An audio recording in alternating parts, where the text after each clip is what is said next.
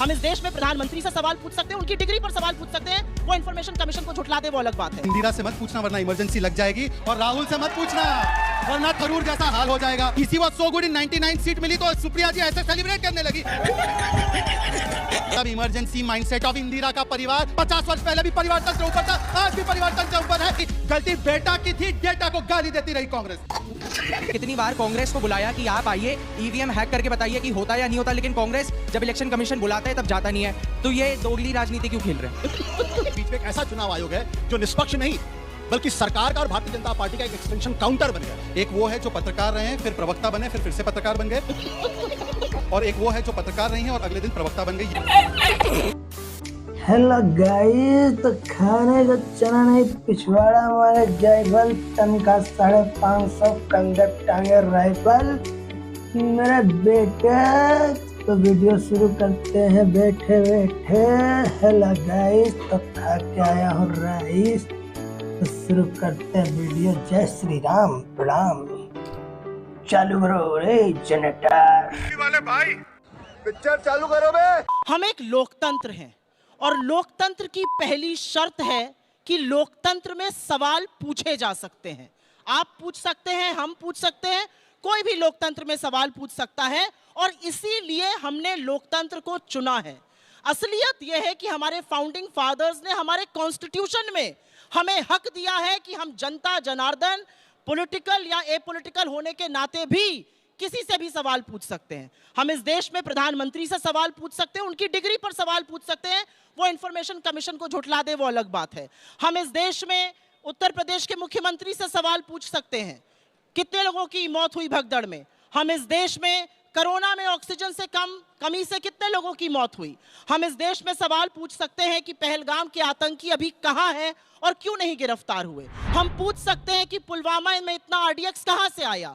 हम सवाल पूछ सकते हैं कि इतने सारे लोग जो आज बेरोजगार हैं वो बेरोजगार क्यों हैं। अभी बता है भाई, अभी बता दे। ए रुको रुको रुको रुको, मैं भी खोलूंगा अपनी जबान। सच्चाई की दुकान मेरी जान, सच्चाई की दुकान। सुनेंगे तो सबकी फट जाएगी कान कान, जो तुम समझे वो नहीं मेरी जान मेरे बेटे।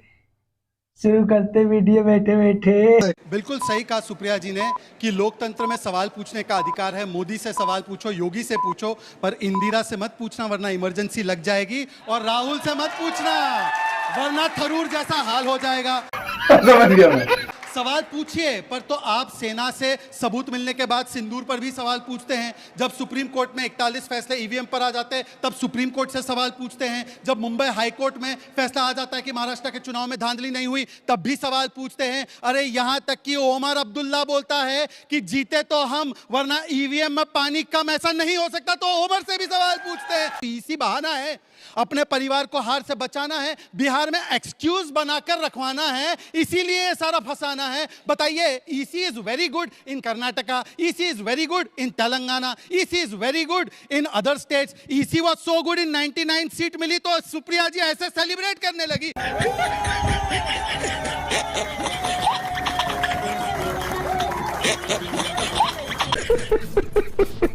पर जब ईसी की तरफ से जब निर्णय आता है महाराष्ट्र में और हरियाणा में तो ईसी वेरी बैड होता है। ईसी नहीं, ये सीसी की प्रॉब्लम है। सीसी का मतलब है conditional commitment to constitution and judiciary. Judiciary electoral bond का फैसला दे, मैं मानता हूं। जुडिशरी रफाल पर फैसला दे, मैं नहीं मानता हूं। इलेक्शन कमीशन फैसला कर्नाटका में दे, मैं मानता हूं। इलेक्शन कमीशन फैसला दे कहीं महाराष्ट्र में, मैं नहीं मानता हूं। इसको बोलते ईसीआई नहीं, ईएमआई, मतलब इमरजेंसी माइंडसेट ऑफ इंदिरा का परिवार 50 वर्ष पहले भी परिवर्तन से ऊपर था, आज भी परिवर्तन से ऊपर है। संविधान तंत्र के साथ फिक्सिंग कर देते हैं। मैं इनसे पूछता था तो एक स्पेसिफिक सवाल का जवाब नहीं आया। इनको कन्विंस करना तो सोते हुए को तो कन्विंस किया उठाया जा सकता है, सोने वाली एक्टिंग को कैसे करे। ताउम्र कांग्रेस यही गलती करती रही, धूल चेहरे पर थी, कांग्रेस आईना साफ करती रही। गलती बेटा की थी, डेटा को गाली देती रही कांग्रेस।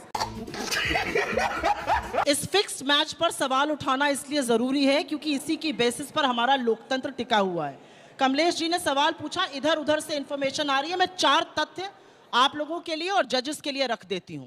2019 के विधानसभा चुनाव महाराष्ट्र और 2024 के लोकसभा चुनाव में महाराष्ट्र में 31 लाख वोट बढ़े। लोकसभा चुनाव 2024 से विधानसभा चुनाव 2024 के 5 महीने में 41 लाख वोट बढ़े। असलियत यह है कि 8 करोड़ 98 लाख वोटर थे। 8 करोड़ 98 लाख वोटर थे 2019 में, वो बढ़कर 9 करोड़ 70 हो गए, लेकिन इसके बारे में कोई जवाब नहीं। अगर अंपायर पे लगातार शक हो और बार बार शक हो और 10-12 साल से शक हो तो मैं तो ना खेलूं, फिर मैं ना खेलूं, फिर मैं नहीं खेलूंगा। क्यों? जब समझ गए मैं। हाँ, ऐसा क्या है कि विपक्ष इकट्ठा होकर इनकार क्यों नहीं कर देता कि जब आपको भरोसा ही नहीं है, और आपने ये शब्दों में कहा है, कई बार कहा है, बार बार कहा है कि हमें अंपायर पे भरोसा नहीं है, तो फिर ऐसे मैच में पार्टिसिपेट करना अंपायर को लेजिटिमाइज करना होता है। बात तो सही है। ये लोकतंत्र है और लोकतंत्र में हमारा कर्तव्य है लोगों की बात उठाना। 38% या 35% जो भी इनका वोट शेयर है, वो इनका वोट शेयर है। 62-65% जनता इनके खिलाफ है, इनके मत से वो अग्री नहीं करती है, और उनकी आवाज उठाना, उनके चीजों को मैदान में उठाना, चुनाव लड़ना हमारा कर्तव्य है। अगर हम संस्थाओं पर सवाल उठाएंगे तो इस विश्वास से उठाएंगे कि संस्थाएं स्वतः उसका संज्ञान लेके करेक्शन करेंगी। और संस्था क्या कर रही है? इतनी बड़ी बात उठने के बाद आज संस्था स्पेशल इंटेंसिव रिव्यू बिहार में कर रही है, जिससे 5 करोड़ लोगों के वोट पर खतरा मंडरा रहा है। यह असलियत है चुनाव आयोग की, और इसलिए सवाल उठने जरूरी। मेरा सवाल कांग्रेस से है। ये लोग इमरजेंसी, ये लोग बात कर रहे हैं कि आज सवाल पूछना गुनाह है, लोकतंत्र पे लोकतंत्र की हत्या है। अगर ऐसा होता तो आज ये डिबेट होती ही नहीं। और इलेक्शन कमीशन ने कितनी बार कांग्रेस को बुलाया कि आप आइए, ईवीएम हैक करके बताइए कि होता या नहीं होता, लेकिन कांग्रेस जब इलेक्शन कमीशन बुलाता है तब जाता नहीं है। हाई कोर्ट, सुप्रीम कोर्ट, जब कोर्ट जाता है तो कोर्ट से वहां कोई राहत नहीं मिलती। तो ये दोगली राजनीति क्यों खेल रहे हैं? 41 बार जब सुप्रीम कोर्ट ने ईवीएम को क्लीन चिट दिया और बोला कि ईवीएम ठीक है, तब ये लोग आज भी ईवीएम को गालियां बकते और उसी ईवीएम से तेलंगाना में जश्न मनाते, 99 का जश्न मनाते। अब मैं आना चाहता हूं 2 बातों पर जो मैं पहले से लिख के रखी है। मैडम ने बोला अपॉइंटमेंट ऑफ ईसी के अंदर सीजीआई का रोल होता था।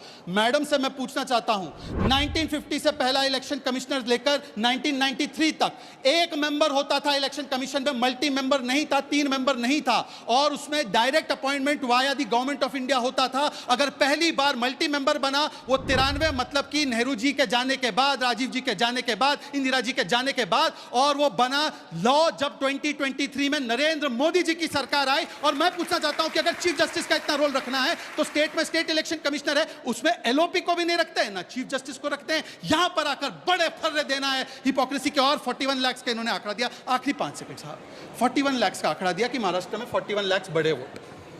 मैं तो पूछता हूं मैं किनको मानूं? राहुल जी 18 जनवरी 1 करोड़ वोट बढ़े, 3 फरवरी 70 लाख वोट बढ़े, 7 फरवरी 39 लाख वोट बढ़े, पढ़ लीजिए 48 लाख वोट पड़े। इनको इतनी भी बात नहीं पता है। तो इसीलिए मैं कहता हूं कि यहां पर आकर केवल कहना है कि ईसी बहाना है, परिवार को बचाना है। बिहार में क्या होने वाला है आज ही यहां पर परिचय दिखने वाला है।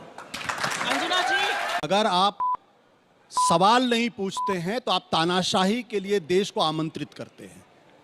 ये जो सवाल है कि आप चुनाव आयोग की निष्पक्षता पे सवाल नहीं खड़े कर सकते, आप सुप्रीम कोर्ट की निष्पक्षता पे सवाल नहीं खड़े कर सकते, ये सवाल अपने आप में ही देश को डिक्टेटरशिप की तरफ ढकेलने की एक साजिश है, एक कोशिश है, और इसको हम सबको समझना चाहिए। जहाँ तक चुनाव आयोग की बात है, मुझे लगता है कि चुनाव आयोग पिछले कई सालों के बीच में एक ऐसा चुनाव आयोग है जो निष्पक्ष नहीं बल्कि सरकार का और भारतीय जनता पार्टी का एक एक्सटेंशन काउंटर बन गया। चड्ढा समझाओ इसे, समझाओ। सच्चाई इसी बात को लेकर यह है कि इलेक्शन कमीशन आज की तारीख में सिर्फ और सिर्फ सरकार का पिट्ठू हो गया है। 9 राजनीतिक पार्टियां इलेक्शन कमीशन से पूछती हैं कि मुझे अपना पक्ष रखना है, आपसे बात करनी है, और इलेक्शन कमीशन के पास उसका पक्ष रखने के लिए, इन्विटेशन देने के लिए वक्त नहीं होता। इससे ज्यादा और क्या आपको चाहिए? साथ ही साथ हम सीसीटीवी कैमरे अगर मांग रहे हैं तो क्या गड़बड़ है उसमें? अगर कुछ गलती नहीं है तो डिवाइड करिए सीसीटीवी कैमरा, कितने लोग आए कितने लोग नहीं गए, आप क्यों नहीं देना चाहते? इसका मतलब यह कि कहीं ना कहीं कुछ गड़बड़ है। क्या करूं मैं इसका? क्या करूं इसका? जो साइड निष्पक्षता पर सवाल खड़े कर रहा है उसके निष्पक्षता के पैमाने देखो। एक वो है जो पत्रकार रहे हैं, फिर प्रवक्ता बने, फिर से पत्रकार बन गए, और एक वो है जो पत्रकार रही हैं और अगले दिन प्रवक्ता बन गई। निष्पक्षता पर सवाल खड़े कर रहे हैं इलेक्शन कमीशन के। अब उन्होंने कहा कि 32 लाख वोट बढ़े थे 5 साल में, एक गलत तथ्य है। अब निष्पक्ष है तो जानकारी सही दीजिए। 1 करोड़ 20 लाख वोट बढ़े थे 5 साल में, और 45 लाख जो वोट बढ़े थे विधानसभा और लोकसभा के बीच में। ये नहीं बताते हैं कि 2009 हो 2004 हो, 4.5% जो वोट बढ़ा है वो उस समय पर भी बढ़ा था, पर तब तो सुहाना संगीत था और आज सब कुछ खराब है। ये वे नहीं बताते हैं कि तेलंगाना में प्रोविजनल फिगर ऑफ वोटिंग थी 58% और वो बढ़ते 63% और बढ़ते बढ़ते बन गई थी वो 71%, और वहां पर तेलंगाना में इनकी जीत हुई तो कोई सवाल खड़े नहीं करते। ये इनकी निष्पक्षता का हाल है। और आखिरी में मैं कहता हूं, बाकी सब तो छोड़ दो, आशुतोष जी ने स्टार्टिंग में बोला था कि